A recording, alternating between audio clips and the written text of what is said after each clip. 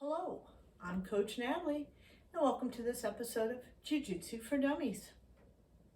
Today we're going to be working on a judo throw called Osoto Gari. Now, Osoto Gari is one of the first 40 throws developed in judo.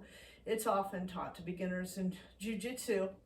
It's one of the few throws I've used in tournaments so successfully. I know it works. But you might be saying, why are we learning judo? Well, Brazilian Jiu-Jitsu actually got its start from a bunch of judo practitioners, and so we use a lot of judo moves in our gentle art. At a more practical level, you may be, every Jiu-Jitsu match starts on their feet, and unless your opponent, grabs onto your clothing and sits down in a move we call pulling guard, and we've covered that in a recent video, you have to figure out a way to get your opponent to the ground. So today we're going to learn a little bit about the Osoto Gari and some of the elements that will make it successful. So let's check it out and then learn some of the details.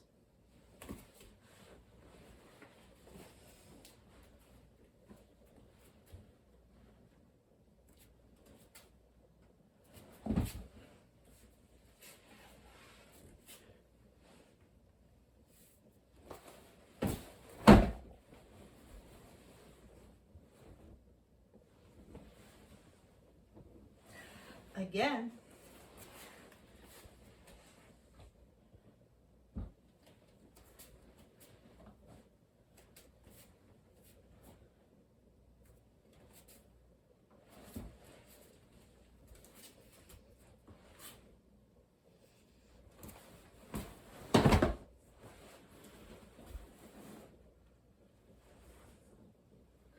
okay.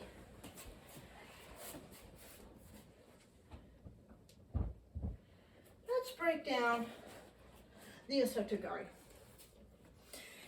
As you saw, you're going to be getting grips to the person that's just in front of you. I'm a left-handed person, so it makes a lot of sense for me to grab with my right hand onto the lapel and grab with my left hand right behind their back, their right elbow. But obviously, if you're left-handed or right-handed, you want to switch that order.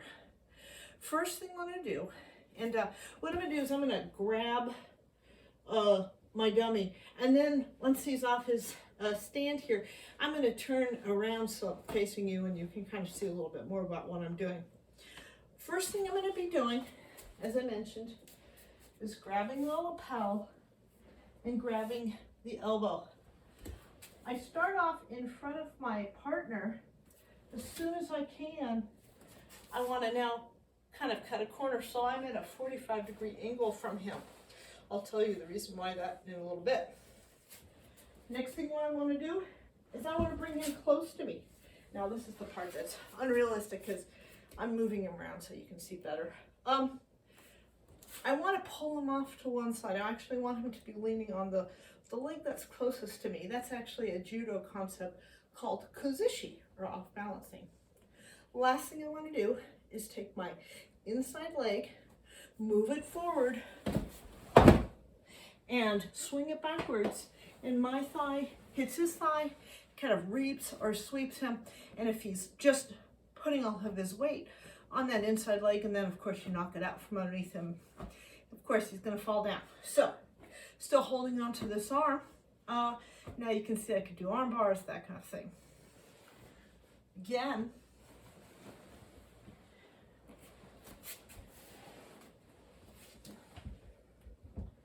I'm going to start off in front of him.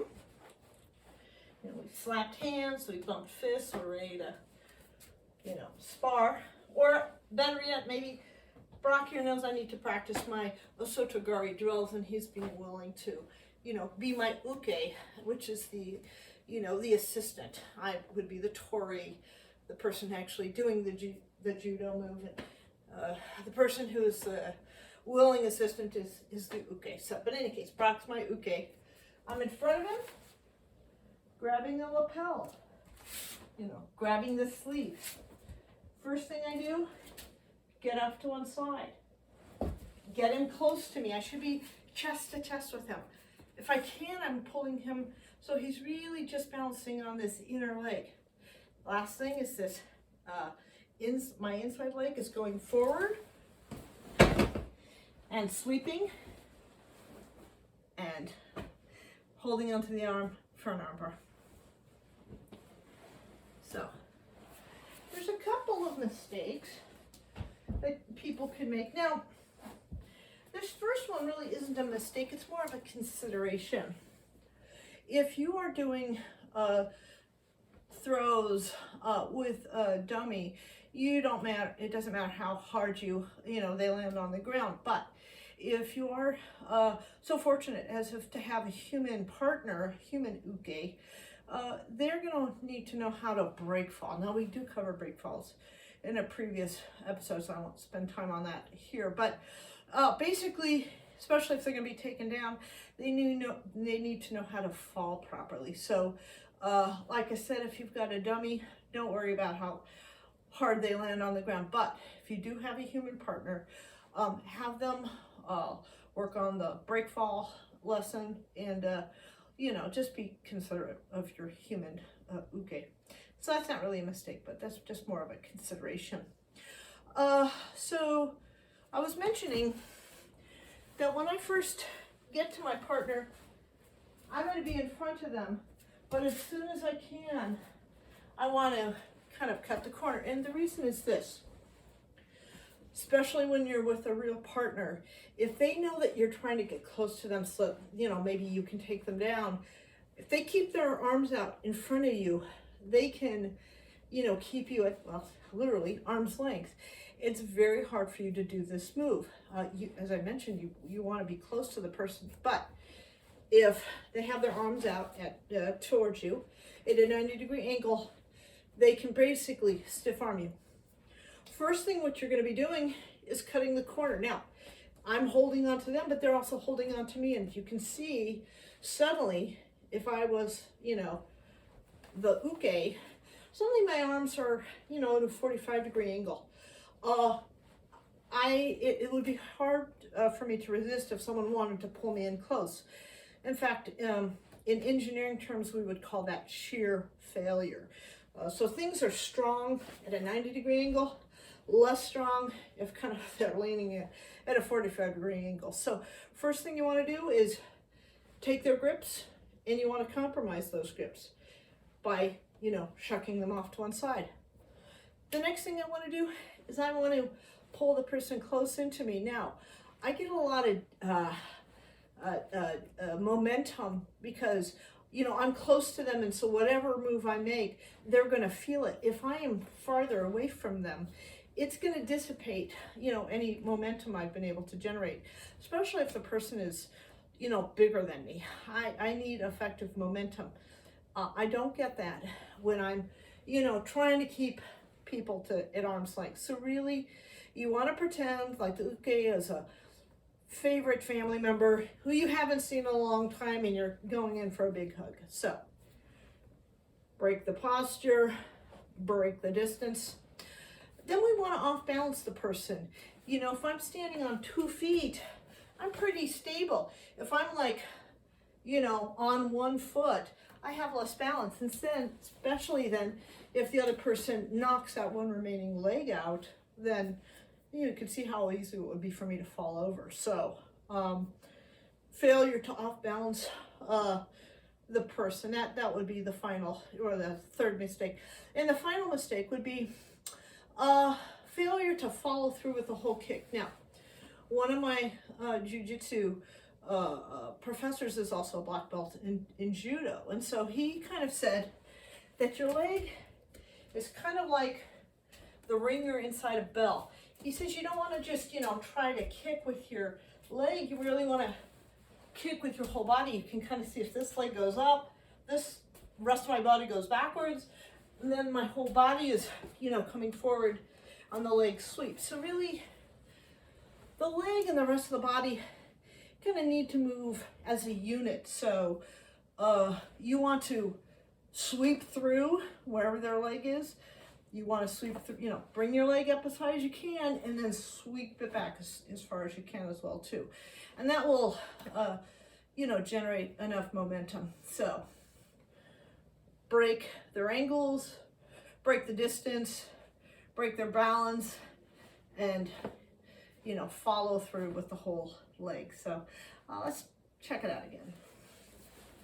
Again, clap hands, bump fists. Thank you for being my dummy here. Grab the lapel. Grab the elbow that's closest to the leg I'm going to reap. I'm now cutting an angle. Now I'm bringing them close to me. Kuzushi, which is the off balancing. Bring the leg forward.